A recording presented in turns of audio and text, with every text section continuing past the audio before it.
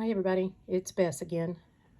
I've had a couple of requests to show um, just the beginnings of crochet and how to start off with just a simple chain stitch. This is what I teach my beginners, so if you are an absolute beginner, this will be good for you. First thing you do is get some yarn. This kind of yarn, the easiest to start out with, is just regular yarn that you can find at Walmart. You'll see the band on the back. It's going to give you the size of the yarn. And this says it's a 4. Most regular yarn is going to be the easiest to work with as you're starting out. If it's too thin or too bulky, you're going to get frustrated probably. So size 4 regular, it's also called worsted weight yarn. So you got your yarn, now you need a hook. The hooks I like to use are Susan Bates hooks, but I believe Walmart usually carries the boy hooks, and either one of these will work, especially when you're starting out, because you're not going to see much of a difference. But as you get better at crochet, you may decide you prefer one or the other. You can kind of see how the head of each hook is a little bit different. I like the Susan Bates because it goes in a little bit deeper. This one is real narrow, or it's real short, so I tend to split my yarn with this because the top is so much more pointed, and I tend to lose my yarn as I'm trying to grab it. So I found the Susan Bates works better for me, but it's up to you. Susan Bates can be found at Hobby Lobby or any other craft store, or online also. Same with yarn. So first thing you want to do is get your yarn to where your tail is facing towards you, and you want to leave a pretty good tail just so you can wrap it, because you're going to start out with a slip knot. And the easiest way I can explain it is to just act like you're tying a knot.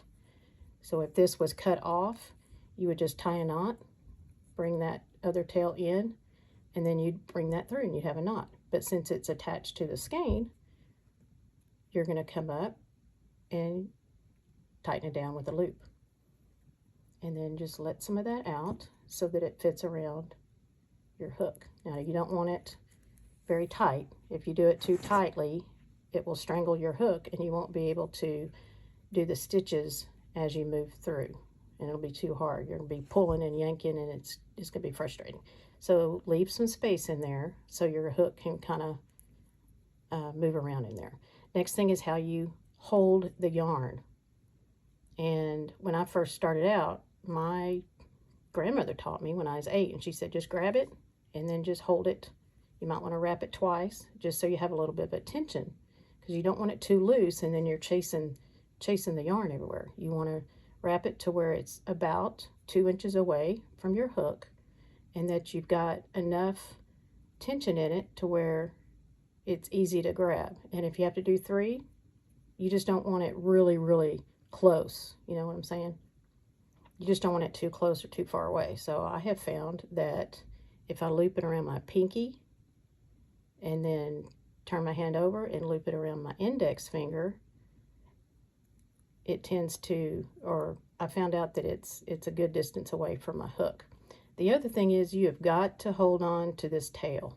And I like to hold mine. See, mine's a little too far away from my comfort right there. I like to pinch right there.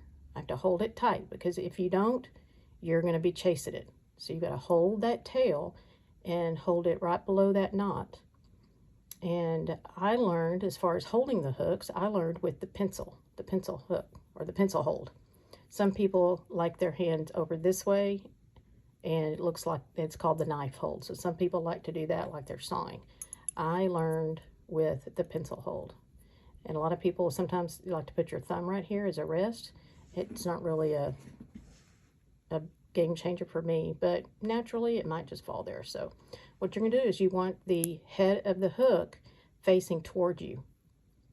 So you have your loop, it's in there, it's moving around. The hook is moving around nice and easy. It's not too tight, it's not too loose. You've got a good grip on your yarn. It's not too tight.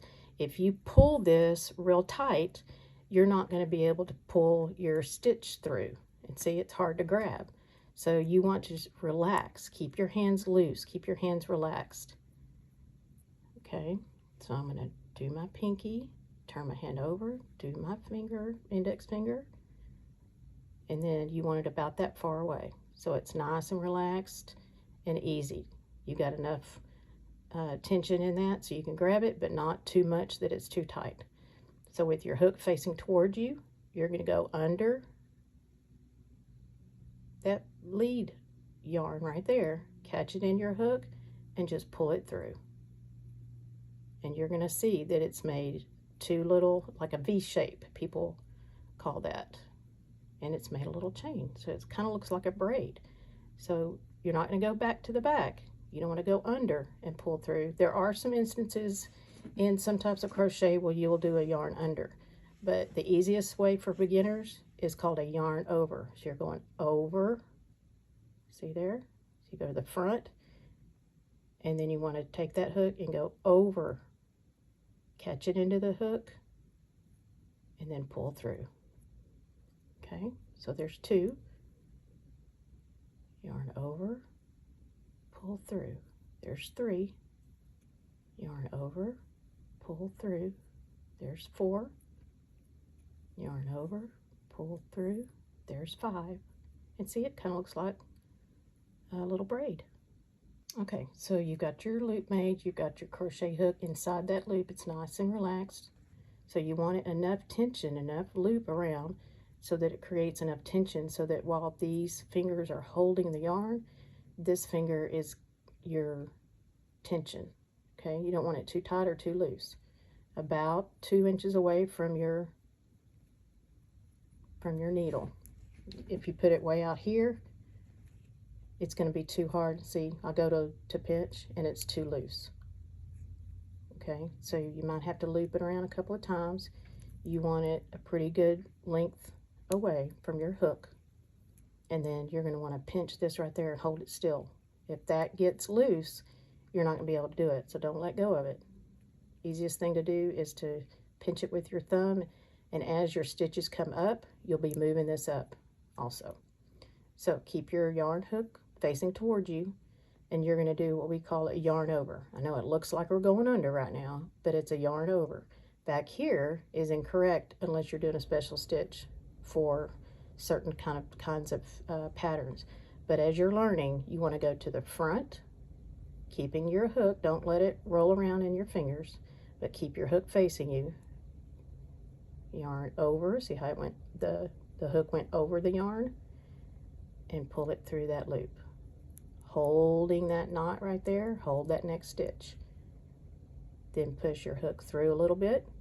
You might have this a little looser or a little tighter. You might have to adjust each time, but as you're learning, just take your time and make adjustments as you go.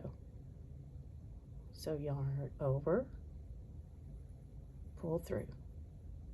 You got 2 chains on your finished side. And now, since I did that, you notice once you come through, then your feeding yarn is a lot closer as you go, so you have to let up on that. You kind of have to rein it in, start again, get readjusted, and that's okay. So there's 3 chains. I was a little too close right there. That's okay. Yarn over, pull through. There's 4 chains. And you see I let up a little bit of it go. That's okay. Notice my thumb is now covering all 4 of those because I want to go right below that loop on my hook and hold it still. You don't have to squeeze it, and hold it tight, because if you're not loose with your hands, you're going to notice all your stitches are going to tighten up, and it's going to be horrible trying to get your hook into those stitches that you made, because you will be going back into those stitches later. So this is just the first initial chain. Okay, this is the basic. Yarn over, pull through. See how close I am right here? Now I'm going to let that out because I don't want it to be that close. Yarn over, pull through. Move up. Yarn over, pull through. Move up. Yarn over, pull through.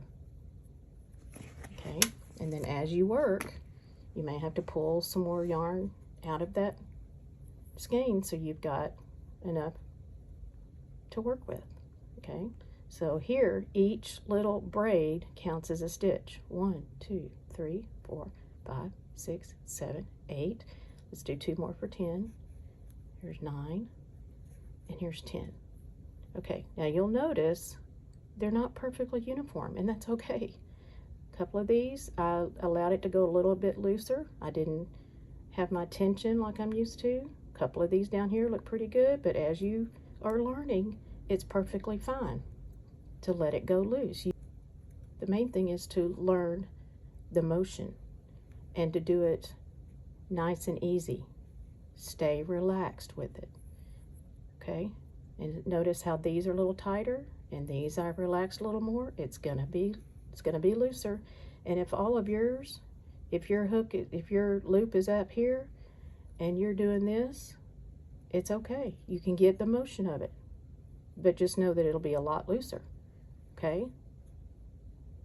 So just go easy. Now look where I stopped. See how far down I'm holding it? That's another reason why this is going to be too loose, okay? So you're concentrating so much on yarning over and pulling through. Oh, I'm doing it. And then you look down and your hand's way down here. So just, I like to say pinch, yarn over, pull through. Pinch, yarn over, pull through. Pinch, yarn over, pull through. And that, see right there? Here's mine where I wasn't holding it really loose. And then you'll notice if you're holding your yarn nice and consistently, and if you're pinching that as you move up, you're going to see your stitches are going to be a lot more uniform, okay? Okay, so that's your chain stitch, okay? And as you get better, you'll go faster. But when you're starting out, just go slow. Take your time. Don't worry about it being perfect. Don't worry about going very fast. Once you get the motion of the yarn over and the pulling through, you'll get that muscle memory and you'll be able to go faster and have patience and try over and over again. Make this as long as you can. Work on that muscle memory. You'll be able to feel that it's correct just by touch. Okay, so that's all there is to it for the initial chain. Next lesson, I'll show you how to go back into these and do a single crochet. There's a couple of ways we can do that as well. So let me know if you have a question down below and I'll be happy to help. Thanks for watching.